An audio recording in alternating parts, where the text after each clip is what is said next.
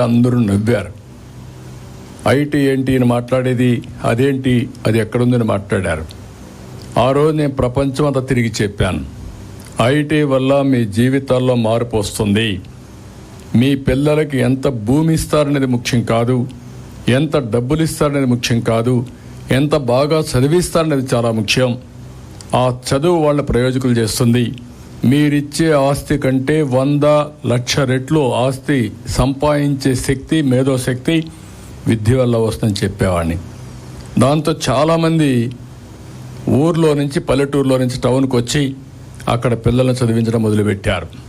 ఆ పెట్టుబడి ఈరోజు బ్రహ్మాండంగా ఉపయోగపడి వీళ్ళు విదేశాలకు సెటిల్ అయ్యి అక్కడ డబ్బులు సంపాదించి ఆ డబ్బులు ఖర్చు పెట్టి ఇంట్లో ఇల్లంతా, ఊర్లో ఇల్లు కట్టడం, పేరెంట్స్కి ఒక కారు తీసేయడం, వాళ్ళు కూడా హాలిడేస్ రావడం, ఇంట్లో వాళ్ళతో గడపడం, ఇలాంటివన్నీ జరిగే పరిస్థితి వచ్చింది. ఒక విధంగా చాలామంది నన్ను విమర్శిస్తూ ఉంటారు, మీ వల్ల తెలుగుదేశం పార్టీ ఓట్లన్నీ కూడా విదేశాలకు వెళ్ళిపోయినాయి, దీనివల్ల నష్టపోయారని. నేను నష్టపోయాను, కానీ అదే నా సంకల్పం. అందుకనే ఈరోజు నేను చేసే పని ఆడబిడ్డల వెలుగు కోసరం, ఒక భవిష్యత్తు కోసరం. భవిష్యత్తులో ఎక్కడ పోయినా ఒకప్పుడు మీరు చూస్తే నేను ఆ రోజు చదువుకోమంటే కూడా ఆడపిల్లల పెళ్ళిళ్ళు చేయాలంటేనే అది ఒక సమస్యగా తయారయ్యేది. అలాంటిది ఈరోజు వరకట్నం రివర్స్ ఇచ్చే పరిస్థితికి వచ్చారు. ఆడపిల్లల్ని కట్నం అడిగే పరిస్థితులు లేరు. ఏ తల్లి అయినా సరే, ఏ తండ్రి అయినా సరే, నేను అడుగుతున్నా, ఒకే క్వశ్చన్ అడుగుతున్నా, ఆడబిడ్డల పరిస్థితి 25 సంవత్సరాల కంటే ముందు ఎట్లుంది, ఈరోజు ఎట్లుంది, మీ గుండె మీద చేసుకొని చెప్పమని కోరుతున్నా. ఏ ఆడబిడ్డ అయినా, ఐటీ చదువుకున్న ఆడబిడ్డ కానీ, బాగా చదువుకున్న ఆడబిడ్డ ఉంటే కట్నాలు అడిగే పరిస్థితి ఉందని అడుగుతున్నా. ఒకప్పుడు మగపిల్లలు ఆడపిల్లల్ని సెలెక్ట్ చేసుకునే పరిస్థితి నచ్చితే, ఈరోజు ఆ పరిస్థితి లేదు.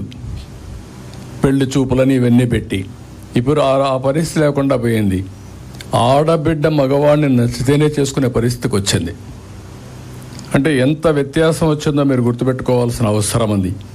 సమాజంలో ఎప్పుడు కూడా ఆడపిల్లలు కానీ మగపిల్లలు కానీ సమానంగా చూడడం, సమాన హోదా ఇవ్వడం, భవిష్యత్తు కూడా ఇద్దరికి సమానంగా కల్పించడం, తద్వారా మనం దేశ అభివృద్ధికి దోహదం చేసిన అవుతాం.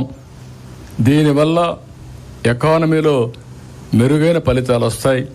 సంపద సృష్టించే వ్యక్తి, సంపద సృష్టించే శక్తి మహిళలకు ఎక్కువ ఉంది, మగవాళ్ళకు ఉంది. ఇద్దరూ కలిసి పనిచేస్తే ఆ కుటుంబానికి శ్రీరామ రక్ష, అది దేశానికి పెద్ద సంపద. ఈరోజు ఒకే విషయం మనం గుర్తుపెట్టుకోవాలి, ప్రపంచంలో రాబోయే 20 సంవత్సరాలు, నేను అది కూడా చెప్తాను. ముందు ఈ కాన్సెప్ట్లో మీకు ఏదైనా డౌట్ ఉంటే చెప్పండి. ఈ కాన్సెప్ట్ చెప్పిన తర్వాత మిగిలిన విషయాలు నేను మాట్లాడతాను.